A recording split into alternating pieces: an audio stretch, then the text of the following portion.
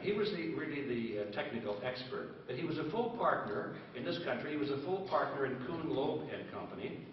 He represented the wealth of the Rothschild banking dynasty in England and France.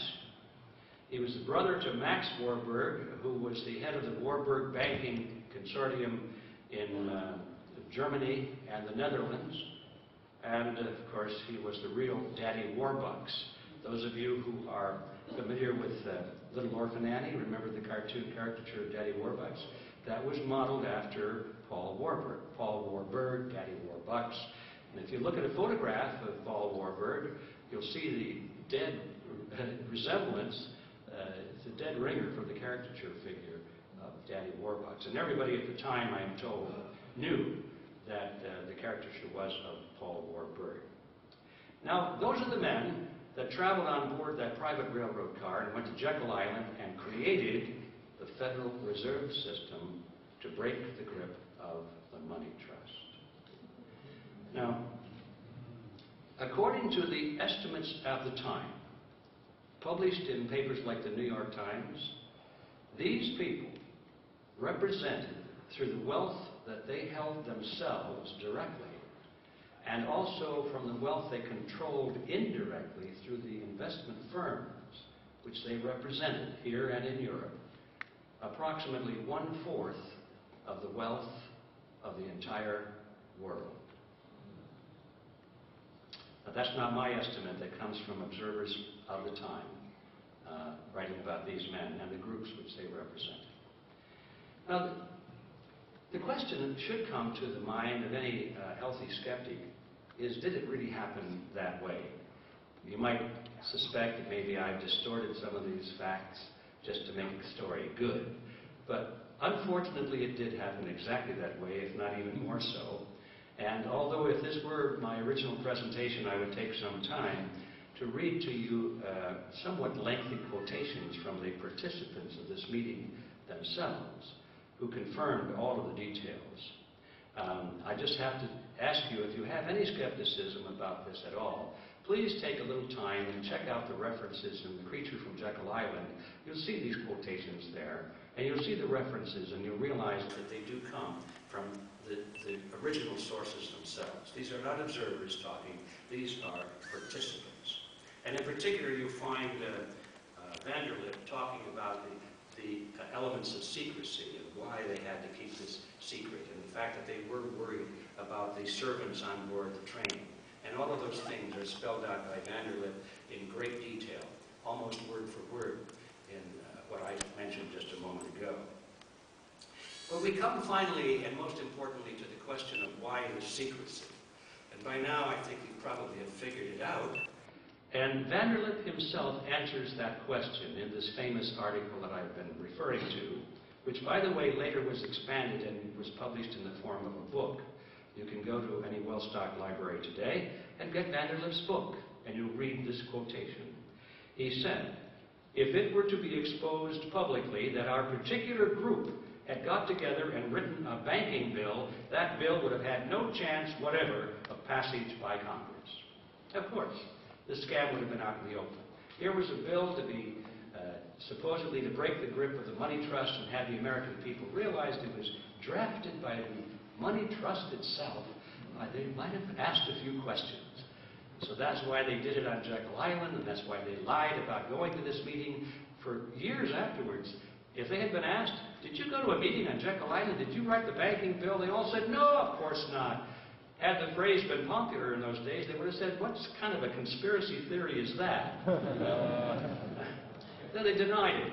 And it wasn't until after the Federal Reserve System had been passed into law, and then a period of some time after that, and finally the American public began to consider it as a great American institution, then they began to talk openly about their role. And in fact, it became almost humorous, because it seemed like they were competing with each other for the title of being the most influential person at the meeting.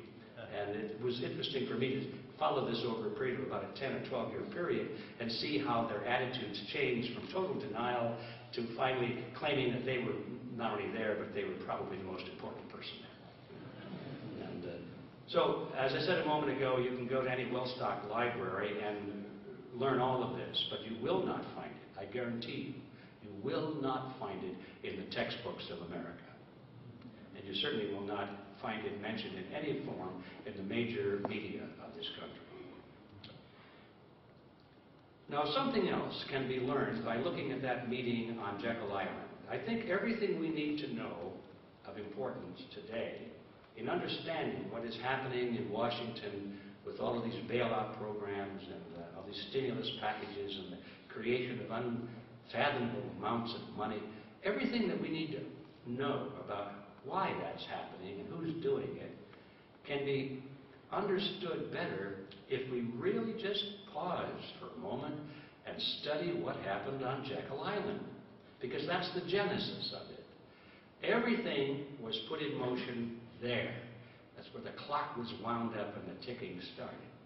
And one of the things you will notice, and it took me quite a while, by the way, I was looking at this for quite a while during my research until finally it just dawned on me.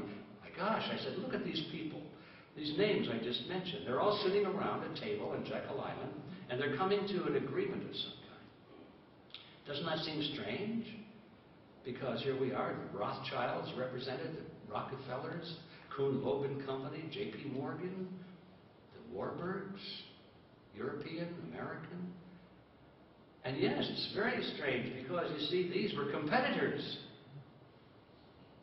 Prior to this point in history, these are the giant financial firms that were fighting against each other for dominance in the world markets.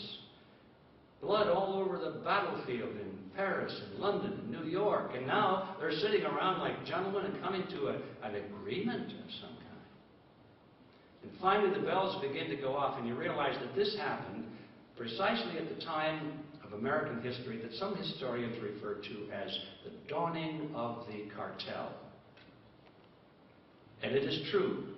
Prior to the turn of the century, America had gone from virtually a wilderness, a frontier land, to one of the greatest output industrial societies the world has ever seen in a very short period of time, primarily, in my opinion, because of free enterprise competition. Competition, freedom, is what did it. You had to produce a better product or a better service at a lower price. If you could do that, you could make a lot of money, and everybody wanted to make money, so they competed for product and service. Then, after some of these most successful enterprises got to the top, people like the Morgans and the Rockefellers and the Carnegies, now they're at the top of the mountain. Now they don't want competition anymore. Because if you allow competition to remain in place, who knows, there might be somebody coming up that'll knock them off the top of the mountain. And it was John D. Rockefeller himself who was quoted by all of his biographers as saying, competition is a sin. And he believed it, now that he was on top. And he'd spent most of his later years in preventing competition in one way or another. Buy it up, squeeze it out, ruthless tactics. But the most effective tactic of all is to join forces with your competition and to create a cartel, if it's big enough.